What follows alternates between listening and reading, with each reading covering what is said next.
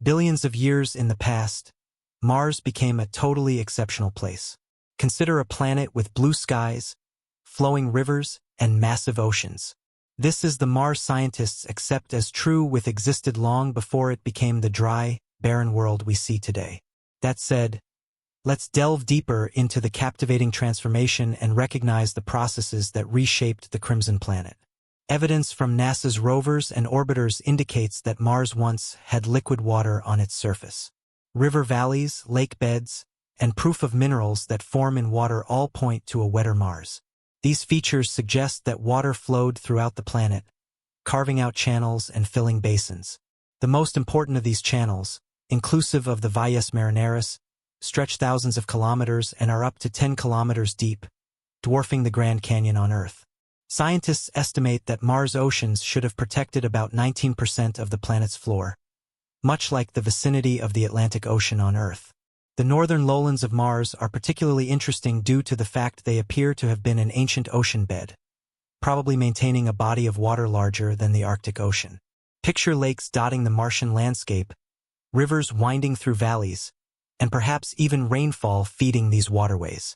This vision is supported by the discovery of hydrated minerals and sedimentary systems that only form in the presence of water. These ancient lakes could have been havens for life, just like early Earth's primordial soup. But how did Mars remodel from this probably habitable world to the dry wasteland we see in the rover images today? To understand this, we need to take a look at the planet's magnetic field, or magnetosphere, and its atmosphere. A planet's magnetosphere is vital for retaining an atmosphere. Earth, for example, has a robust magnetic field that protects us from harmful solar radiation and enables keep our environment in place. Mars, too, once had a magnetosphere. A magnetic field is generated by the movement of molten metal within a planet's core. For Earth, this is called the geodynamo effect, where the movement of liquid iron and nickel generates a magnetic field that extends far into space. Mars, being smaller than Earth, had a similar but weaker magnetic field that protected its environment from the stream of charged particles emitted by the sun called the solar wind. However, over the years, Mars lost its magnetic field. This likely happened because Mars' inner core cooled down. Because Mars is smaller than the Earth, the planet cooled more rapidly. When the core solidified, it could no longer generate a magnetic field. Research suggests that Mars' magnetic field disappeared approximately 4.2 billion years ago, leaving the planet vulnerable to the solar wind from the sun. Without a magnetosphere, Mars became exposed to this relentless solar wind. These particles bombarded the planet, gradually stripping away its atmosphere. This process, known as atmospheric sputtering, took millions of years, but the result was devastating. The once thick atmosphere of Mars was slowly eroded, lowering it to a thin shell that is less than 1% of the density of Earth's atmosphere today. As Mars lost its atmosphere, it couldn't retain heat. The planet cooled, and any remaining water froze or sublimated, which means it turned directly from ice to vapor and escaped out into space. Mars converted from a warm, wet world to the cold, dry planet we see today.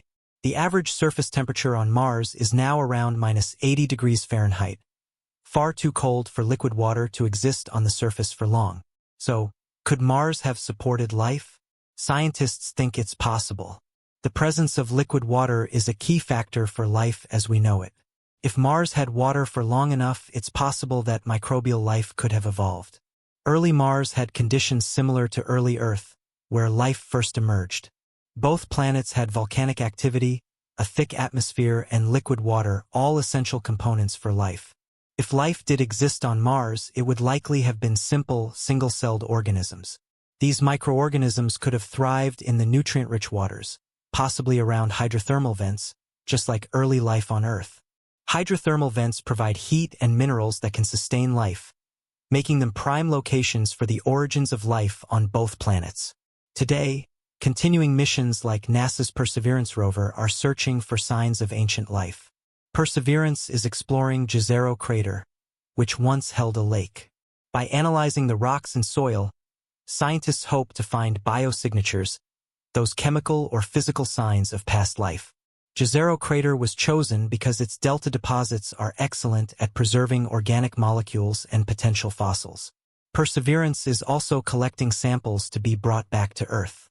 These samples could contain clues about Mars' past climate and habitability, and potentially even fossils of ancient microorganisms. The rover is equipped with state-of-the-art instruments to analyze the chemical composition of rocks and soil, searching for complex organic molecules that could indicate past life. So what's so essential about gaining knowledge of Mars' watery past? Well, it's vital for numerous reasons. It helps us learn more about the history of our solar system and the conditions that lead to habitability. It also lays the foundation for the search for life beyond Earth.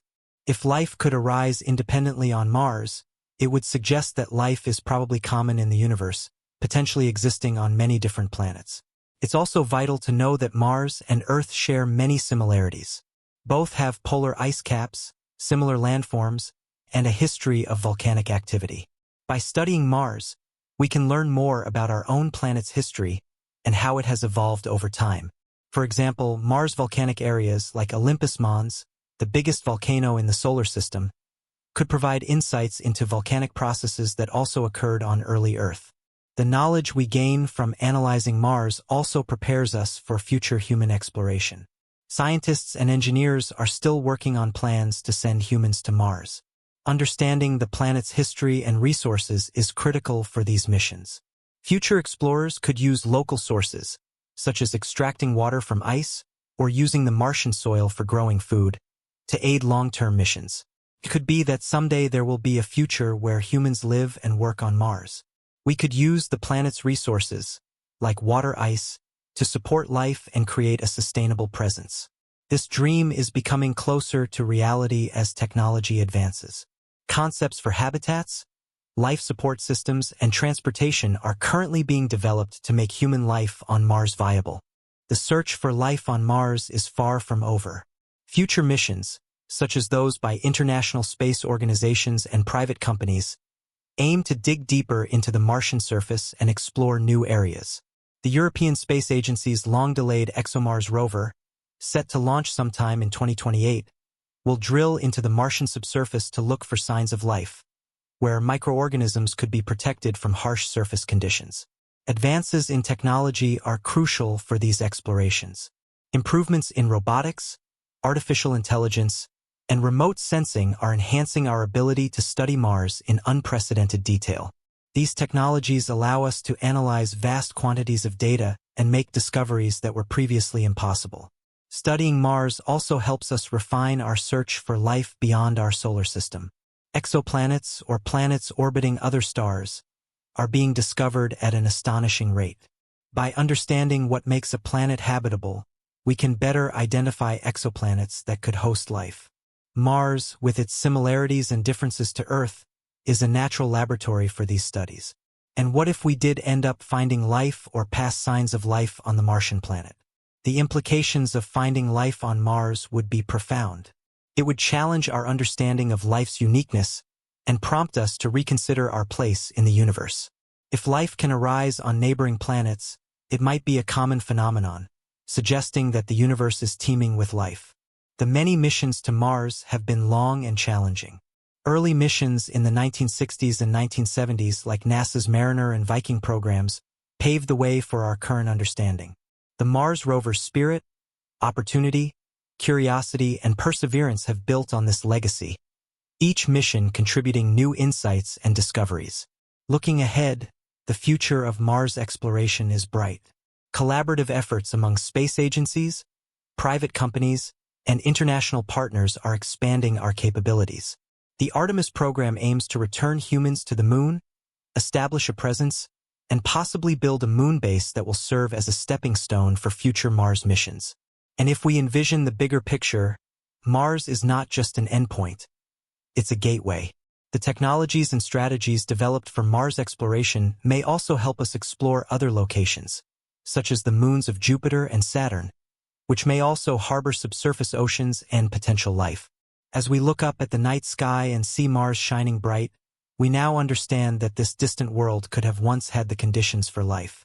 Our journey to uncover its secrets is just beginning, and who knows what we might find as we continue to explore the red planet. We hope you enjoyed the video. and we want to thank our viewers for staying with us on this journey through the history of Mars.